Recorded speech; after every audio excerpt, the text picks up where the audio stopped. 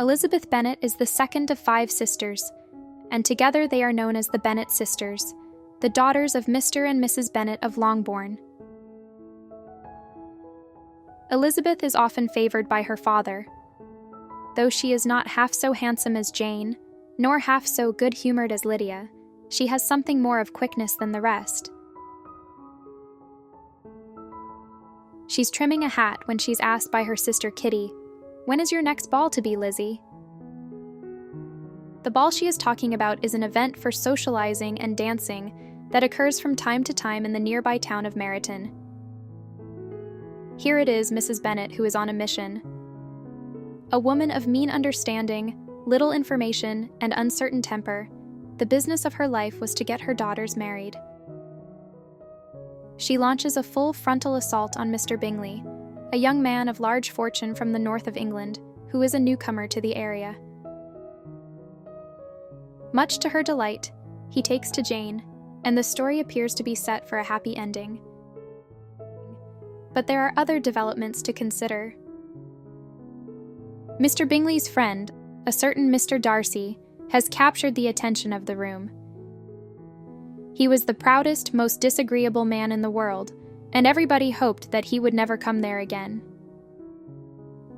Look at him. The man looks positively miserable. It comes to pass that Elizabeth just so happens to overhear him and his friend in a conversation. Lo and behold, they are talking about her. While Mr. Bingley is happy to have formed an acquaintance with Jane, he expresses the desire for Mr. Darcy to find favor in one of her sisters. "Which do you mean?" Mr. Darcy says, and turning round he looked for a moment at Elizabeth till, catching her eye, he withdrew his own and coldly said, "She is tolerable, but not handsome enough to tempt me."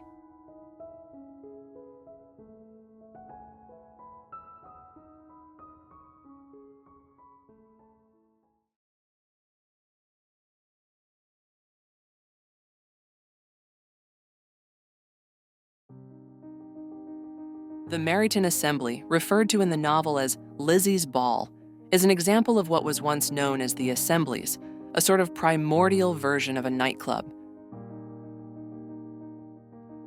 In England during the age, they were the hub of the Georgian social scene, and they varied from large establishments with several rooms in a spa or county town to the upstairs rooms of inns and taverns among small provincial towns. For women, assembly rooms were one of the few places where it was acceptable for people of both sexes to meet, dance, and enjoy themselves. Mothers would bring their daughters to meet potential mates, under strict guidelines, of course, such as being chaperoned by a relative or a family friend. They were not allowed to dance or spend too much time with any one gentleman, lest their reputations might come to be harmed. For we know that the assembly rooms were also for playing cards and gossiping. The Meryton Assembly more than likely represents a less than formal gathering attended by the local gentry. These often coincided with country fairs, the assizes, and even horse racing.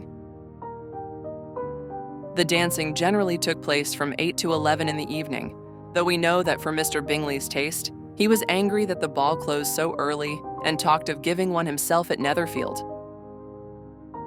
Assemblies had entry fees, and dress codes were enforced, with designated individuals often running the door to fend off undesirable guests and to make sure the men left their swords behind. Assemblies eventually fell out of favor as the Victorian era came into full swing, giving way to public dance halls and hotel ballrooms. With their popularity and the relaxing of attitudes towards women, the age of the Georgian assembly rooms with its rigid social structures was over.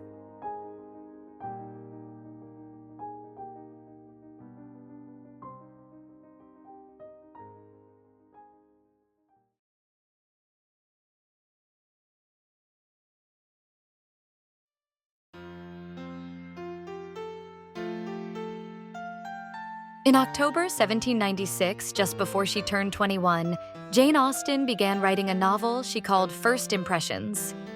She completed the novel the following August, and it immediately became the favorite among the stories that for the past 10 years she had been writing for her own amusement and for her family and friends. 2 years later, the manuscript was still being read and reread by those closest to her. Austen once playfully said to her sister Cassandra, "I do not wonder at your wanting to read First Impressions again, so seldom as you have gone through it, and that so long ago." Later, she said to her, "I would not let Martha read First Impressions again on any account. She is very cunning, but I saw through her design. She means to publish it from memory, and one more perusal must enable her to do it." In 1797, Jane's father offered the novel to a publisher, who refused the chance to become her first publisher without asking to read the manuscript. Jane perhaps continued to work on the novel during the early parts of the 19th century. Certainly she was working hard on its revision in 1812, after a revision of another novel of hers that was published in 1811, Sense and Sensibility. By this time, the title of the story had been used by another novelist, and when in January of 1813 the novel was finally published, its title was what we now know as Pride and Prejudice.